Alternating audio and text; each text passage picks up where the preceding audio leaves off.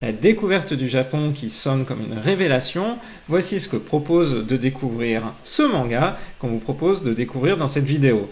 Bonjour les Sakura, c'est Morgane et... Rosalis, salut. Aujourd'hui on fait une chronique manga Livre du Japon. Allons-y. C'est un énorme coup de cœur, comme tous les titres de Jean-Paul Nishi. On a ici Paris Toujours qui paraissait chez Édition Philippe Piquet. Maintenant ça paraît chez Kana. Donc on a À nos amours tome 1, À nos amours tome 2, À nos amours tome 3. Et désormais, Livre du Japon. Livre du Japon. À noter qu'à propos de À nos amours, j'avais fait une chronique il y a 3 ans. Donc n'hésitez pas à aller revoir cette chronique-là qui raconte le quotidien d'un couple franco-japonais avec un enfant. On voit l'évolution en fait, parce que là c'est Jean-Paul Nishi qui vient en France, ensuite Jean-Paul Nishi qui est en couple et qui a un enfant. Voilà. Et là maintenant on a l'histoire de Karine poupée Nishimura. Voilà. Sachant que tout ceci paraît dans Phil Young. En fait sinon moi je dirais c'est un peu comme du BD blog en France, c'est du comic essay, donc c'est du témoignage, tranche de vie. Avec beaucoup d'humour, avec un style péchu. Moi j'adore en fait ce style, j'adore énormément. Mais en fait la cible, puisque ce manga est publié dans Phil Young, c'est d'abord les femmes adultes. Voilà. On le voit d'ailleurs parce que justement il y a, on va dire la suite en fait. Après tous ces tomes-là, maintenant nous avons ceci. La vie de famille. Voilà. Voilà, donc toujours dans le même style. Et on espère que ça arrivera en France aussi. On espère, mais on imagine que ça va arriver, puisque ça serait logique. Non, c'est One Pack Nichifutsu Family. J'attendais que tu le dises en fait. Pardon. Et donc, effectivement, dans les précédentes œuvres de J.P. Nishi, on avait découvert l'année qu'il avait passée à Paris, avec tout ce que ça pouvait engendrer comme surprise pour un Japonais d'arriver dans la France, la réelle France, non pas celle qui est fantasmée souvent par les Japonais et les Japonaises, mais le quotidien qui plus est à Paris. Il a travaillé dans des lieux qui sont reconnus des fans de manga et de Japon, puisque par exemple, il avait bossé à la épicerie Kyoko à Paris. Voilà, et puis après, il était reparti. Et déjà à l'époque, c'était vraiment à mourir de rire, quoi. C'est, tu vois, tous les détails de la France vus par un étranger et vus par un Japonais. C'est vraiment drôle. Genre à un moment donné, il est à Japan Expo, ou alors je sais plus, il revient, ou alors, il est hébergé à un hôtel plutôt luxueux et tout. Et il n'y a pas de brosse à dents. Et genre en France, bah voilà, on est habitué, il n'y a pas de brosse à dents dans les hôtels, il faut qu'on ait le sien. Et lui, il fait, mais comment ça se fait? Il y a plein d'objets de luxe, c'est sûr, mais pas pour une pauvre brosse à dents, quoi. Eh oui, c'est marrant toutes ces différences culturelles. C'est vraiment un point attirant de l'insistance sur ces différences culturelles qui sont encore exacerbées par le fait qu'il a rencontré une Française avec laquelle il s'est marié. Donc effectivement, dans le manga, elle s'appelle pas... Le prénom est un tout petit peu changé, c'est Karen, parce que évidemment c'est un manga, donc c'est une version... Ah mince, j'ai donné son vrai nom. Mais c'est pas grave, puisque c'est connu que c'est aussi l'adaptation, c'est un fort aspect autobiographique, mais ça permet aussi de faire la distinction entre peut-être parfois des scènes qui sont la fiction et puis la réalité. Donc, mais en fait, spontanément, j'ai donné son nom parce qu'elle est aussi auteure de livres, bien sûr, sur le Japon. Et c'est d'ailleurs l'histoire de Karen qu'on découvre ici dans Livre du Japon, une Française qui travaille dans des médias français. En 1996, décide d'aller prendre des vacances au Japon, a un vrai coup de cœur pour le pays et notamment son avancée en termes de téléphonie mobile, puisque c'est vraiment le point d'orgue qui va la motiver ensuite à exercer un métier au Japon, à être correspondante très orientée autour des technologies, justement là-bas, rencontrer le PDG de NTT Docomo, et puis c'est en fait toute une époque où effectivement le Japon avec ses téléphones portables avait vraiment un coup d'avance sur le monde entier. Les gens pouvaient accéder à Internet rien qu'avec un téléphone mobile, donc c'était la mode de ce qui était appelé le e-mode, qui est arrivé d'ailleurs en France, mais qui n'a pas eu le même succès et la même ferveur, puisqu'en France, on a vraiment découvert les choses plutôt avec le smartphone, donc avec, on va dire, quasiment 10 ans de retard. Et donc Karen prend plaisir à travailler au Japon, s'y installe, fait des livres sur le Japon. Moi, c'était par ce biais-là, en fait, que je l'avais découvert, par son livre sur les Japonais et ensuite son livre sur le manga, tout à fait, et dont il est question ici, puisque ça nous révèle un petit peu les coulisses par lesquelles elle s'est retrouvée à travailler sur ces livres-là. C'est vraiment intéressant. Donc c'est super chouette dans Ivre du Japon, à mon sens, d'avoir le regard d'une Française qui arrive au Japon, conté par un mangaka japonais qui se trouve être son mari. Ouais, c'est vrai, il y a vraiment plein d'éléments qui font que c'était sûr en fait qu'on allait aimer ce livre. Déjà parce qu'on aimait les précédents de Jean-Paul Nishi, mais là encore plus parce que tu te retrouves tout à fait enfin en tout cas je me retrouve tout à fait, toi aussi tu te retrouves tout à fait dans le fait d'être arrivé au Japon à une époque où c'était moins facile et populaire que maintenant. Je veux dire, maintenant dans les années 2020, t'es déjà très documenté, il y a, je sais pas, Google Earth, YouTube. Oui, YouTube, il y a des youtubeurs qui, comme nous, font plein de vidéos sur la culture japonaise, la culture pop, la langue, les lieux, voilà. Donc en fait, maintenant, si tu arrives au Japon, potentiellement, tu es déjà très bien documenté. Mais à l'époque, tu es émerveillé de tout. Non pas que maintenant tu t'émerveillerais pas, mais avant encore, c'était vraiment flagrant à quel point... c'est surprenant en fait de tomber sur un pays hyper moderne, hyper discipliné, tout fonctionne bien, tout le monde est respectueux et tout. Et effectivement, l'aspect électronique, avancement technologique est vraiment important là-bas. Et je trouve que c'est bien de remettre l'accent dessus. Ouais, c'est parce qu'on l'oublie maintenant. C'est vrai que cet élément, on n'a plus vraiment en tête, parce que Internet a permis un petit peu de rapprocher toutes les choses. Oui. Mais il y a des petits éléments de la vie quotidienne, même maintenant, qui continuent de frapper. Quand on va au Japon, moi je me rappelle, quand on voyait les premiers robots de SoftBank un petit peu partout servir de guichet, servir d'interlocuteur, de point d'information, c'est aussi un élément qui... On avait toujours l'impression d'être dans le futur. Ouais, c'est ça. Ouais.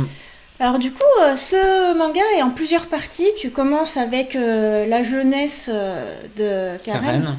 Voilà, on dit Karen. Ouais. Et voilà, qu'est-ce qui l'amène à se passionner pour les technologies, qu'est-ce qui l'amène au Japon. Une fois qu'elle est au Japon, comment elle s'intègre. Tu as aussi des petits détails comme le fait que quand tu apprends le japonais en étant déjà adulte et dans le monde du travail, finalement... Oui. T'as pas appris comme un enfant japonais à parler d'abord de manière amicale, assez casual, et puis là t'as un langage très formel. Voilà, je trouve que c'est vraiment bien vu sur plein de détails. Ouais. Après, t'as aussi d'autres périodes qui sont vraiment clés importantes quand elle travaille à l'AFP. L'agence de presse. L'agence de presse. Et qui se passe le grand séisme du Tohoku. Déjà, si je vous dis grand séisme du Tohoku, je suis sûre, la plupart savent même pas ce que c'est. Mais pourtant, c'est passé il n'y a pas si longtemps que ça. Et en fait, effectivement, en France, ça a été vulgarisé, entre guillemets, en tant que Fukushima. Et elle explique bien que, en fait, il y a eu un raccourci dans la presse française qui a été incroyable, alors qu'elle avait écrit ses articles en précisant tout.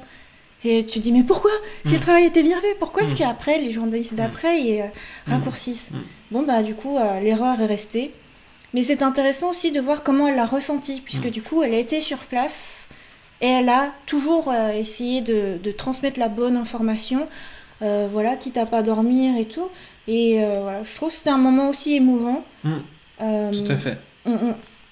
Après, il y a une période où on revient en France, et notamment en famille. Oui. Et là aussi, mais franchement, je suis mort de rire. Oui. Et c'est tellement vrai. Je suis tout à fait d'accord. Ouais, c'est vraiment sympa parce que c'est du coup JP Nishi, Karen et puis leurs enfants qui reviennent en France avec le décalage qu'il se crée une fois qu'on vit longuement au Japon et qu'il s'agit de revenir dans le pays hexagonal.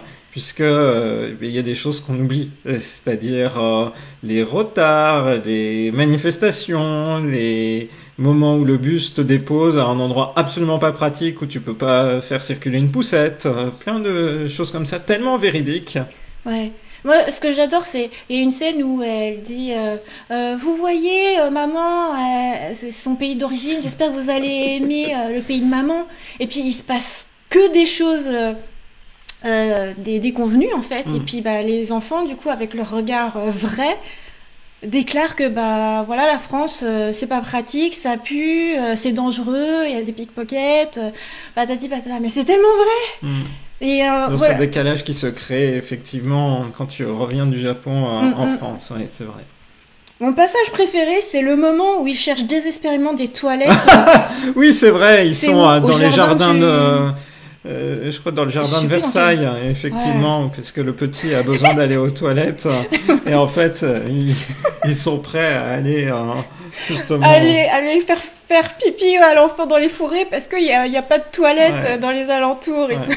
C'est vrai que c'est quelque chose dans un sens comme dans l'autre, on l'oublie. C'est-à-dire, quand on est au Japon, on prend tellement l'habitude à ce qu'il y ait des toilettes partout. Pratique. Partout, dans tous les parcs, dans tous les supermarchés, dans tout. En fait, on marche au Japon. C'est un bijou de technologie. Il n'y a pas de problème. Tu tombes effectivement sur des toilettes. Alors qu'en France, eh bien, c'est toujours un problème quand tu vas voir visiter. un jardin hyper luxueux et en fait, il n'y a rien. Donc, c'est vraiment un super bon moment. Ce qui est marrant aussi, c'est qu'à chaque fois qu'on s'est raconté, donc t'es en focalisation interne dans les pensées de Karen, et puis après t'as des retours à la réalité dans le monde actuel. Jean-Paul Nishi qui dit mais je comprends pas pourquoi tu t'es exclamé c'est là dès l'aéroport. Mais en fait je trouve que c'est vrai, hein. Dès que tu poses le pied, même je dirais dans l'avion, ça y est t'es au Japon. Ouais, t'es au Japon. T'es dans la culture japonaise. Et c'est vrai qu'elle le compte parce que tu prends un avion d'une marque japonaise, enfin d'une compagnie aérienne japonaise, c'est clair que tout est fait, toute l'identité japonaise se retrouve dans un avion ANA ou dans un avion JAL et tu as déjà l'impression d'être dans le pays. Voilà, je trouve que c'est vraiment super passionnant. Autant moi j'avais adoré les aventures de Jean-Paul Nishi, un japonais à Paris. Autant là, j'adore aussi la découverte de Karen et surtout aussi sa très bonne intégration dans le pays, dans le Japon. Il y a la découverte et puis il y a des éléments d'explicitation culturelle aussi sur les mangas, notamment quand elle travaille sur le livre, sur l'histoire des mangas et toute sa démarche, tout le choix qu'elle a fait pour l'expliciter de la même manière. Les Japonais et la manière dont elle a essayé de comprendre vraiment la vision qu'ont les Japonais et comment ils agissent au quotidien. Il y a vraiment plein de... C'est presque des livres de recherche qu'elle faisait. Ouais. En fait, c'est super intéressant aussi parce que c'est quelqu'un qui est vraiment au milieu des cultures, entre la France et le Japon, et qui peut du coup permettre de mettre en regard... la manière dont tel métier, par exemple, est perçu au Japon et tel autre métier en France. Par exemple, il y a eu cet élément-là que j'aimais bien, l'image des mangaka comparée la fois entre l'image qu'en ont les Japonais et l'image qu'en ont les Français. C'est-à-dire, c'est tellement quelque chose qu'on a vécu en parlant avec des Japonais sur la perception du manga qui est vu comme un élément, un produit de consommation où le mangaka est pas vraiment... Donc là, si on reprend ces mots, le mangaka, il est glandeur, fauché, il fait que des petits boulots, il est instable et il est plutôt mal vu par la société. À part pour ce qui est des mangaka ultra populaires, évidemment Ichiro Oda, Akira Toriyama, c'est pas cette vision-là, mais si quelqu'un dit je suis mangaka, ce sera cette image qui ressortira. Alors qu'en France, voilà, l'image c'est un artiste, c'est un écrivain, c'est un créateur. C'est super intéressant parce que ça fait partie des sujets de discussion que j'ai par exemple de manière régulière avec mes collègues japonais, ma prof de japonais à qui j'explique que en France la question par exemple c'est de savoir est-ce que le manga est de l'art, qu'est-ce qu'est un manga qui relève de l'art ou pas, alors que elle dit pour elle on n'a jamais cette question-là, art ou pas art, c'est pas véritablement de l'art, c'est du divertissement. C'est vraiment marrant de voir que du coup le métier, cette différence de vision du métier entre les pays. Pour moi, c'est de l'art. Moi, je me pose pas la question non plus, mais parce que pour moi, c'est de l'art. Mais oui, je suis d'accord aussi. Mais c'est vraiment intéressant de voir que, voilà, d'un point de vue japonais, ça serait quelque chose de différent. Et du coup, J.P. Nishi, et voilà, qui découvre avec bonheur que pour Karen qui est française, les mangaka passent pour des artistes. C'est une chance que ma femme soit française. J'ai trouvé ça très chouette. Ouais, voilà, c'est un élément parmi beaucoup d'autres. Hein. Il y a vraiment beaucoup de choses à découvrir dans ce titre sur ces différences et sur ce lien et sur cette recontextualisation en fait, à la fois dans la culture japonaise et dans la culture française. Un petit point aussi pour voir l'évolution finalement au fil des années, comment ça nous est venu en France. Donc à l'époque, chez Philippe Piquet, perso moi je sais pas, j'achetais rien chez Philippe Piquet. Oui, c'est des livres plutôt surtout des romans et des romans sur de culture asiatique, notamment beaucoup de romans japonais. Donc on va dire c'est plutôt une élite intellectuelle qui va acheter. C'était plutôt littéraire, c'était moins bien distribué et diffusé que chez d'autres éditeurs, hein, évidemment. Voilà. Mais tu achetais déjà. Oui. Ensuite, quand c'est arrivé chez Kana, à l'époque, c'était dans une collection nommée Made in. Voilà. Maintenant, je sais même pas si cette collection existe encore. Je sais pas non plus. Mais en tout cas, maintenant, pour ce tome-là, enfin pour Ivre du Japon, la collection c'est Kiko. Je crois Kiko. Ouais, c'est ça. Voilà. Bon, sinon aussi, mais je râle toujours un peu là-dessus, mais la traduction du titre. Pourquoi Ivre du Japon? Le titre japonais c'est Watashi wa Karen, Nihon ni koi shita Fransujin. Donc je suis Karen, ou je m'appelle Karen, une Française tombée amoureuse du Japon. Et il n'y a pas de notion d'ivresse, d'alcool ou d'addiction, ou voilà. Bon, je sais pas, mais de toute façon, tous les titres français ont été un peu farfelus. Hein. Ouais, je pense que c'est pour tenter de parler à un plus large public. Là, tu vois, le livre, tu tombes dessus en librairie, tu cherches un livre pour quelqu'un qui aime le Japon, tu vas prendre Ivre du Japon, voilà. Alors que je suis Karen, française tombée amoureuse du Japon, c'est peut-être plus difficile à positionner. J'aime bien. Mais déjà, toi, je sais. Je sais. Parce qu'il y a Karen, il y a le prénom, comme ça on sait que c'est le personnage central. Amoureuse du Japon. Une Française amoureuse du Japon, c'est tout à fait moi. Moi, je prends quoi. Alors que Ivre du Japon, au début, je me suis dit quoi. Ça va que j'ai vu Jean-Paul Nishi. Hein.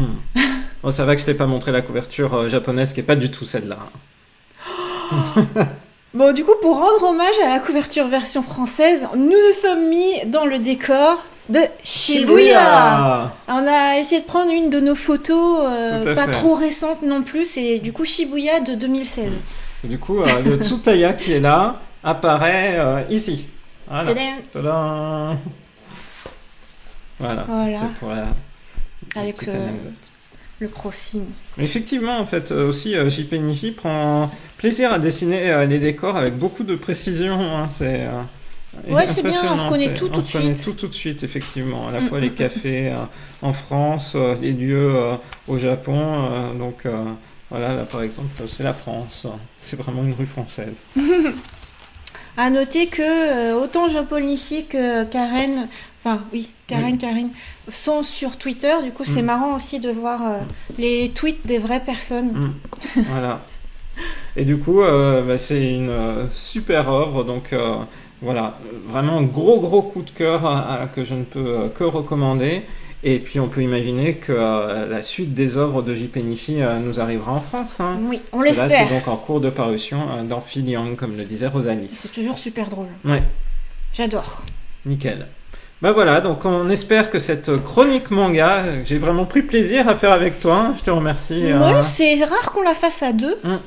Autour de Ivre du Japon vous a plu et on vous donne rendez-vous. Mais c'est un vrai coup de cœur à deux aussi. C'est un gros coup de cœur à deux, effectivement.